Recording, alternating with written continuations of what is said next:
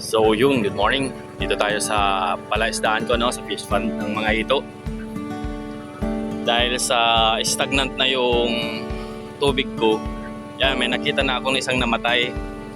So gagawin ko ngayon ay aalisin natin ng 100% tong tubig.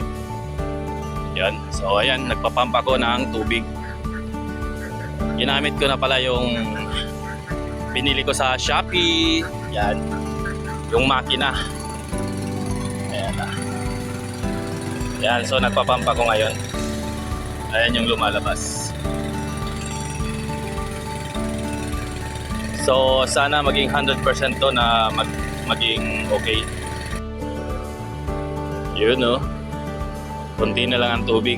So mga kalahating oras pa lang siguro mauubos na to. Ayan. Makikita na natin kung ilan talaga ang isda sa loob nito. Ayan.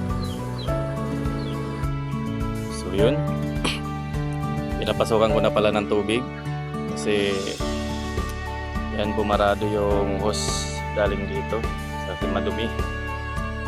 Kaya yan, pinapasukan ko na lang. Halos 70% na din naman yung tubig na nawala. So lalagyan natin ng bagong tubig. And, so sana wala nang mamatay na dito. So yan. Tanghali na. So magandang tanghali ulit.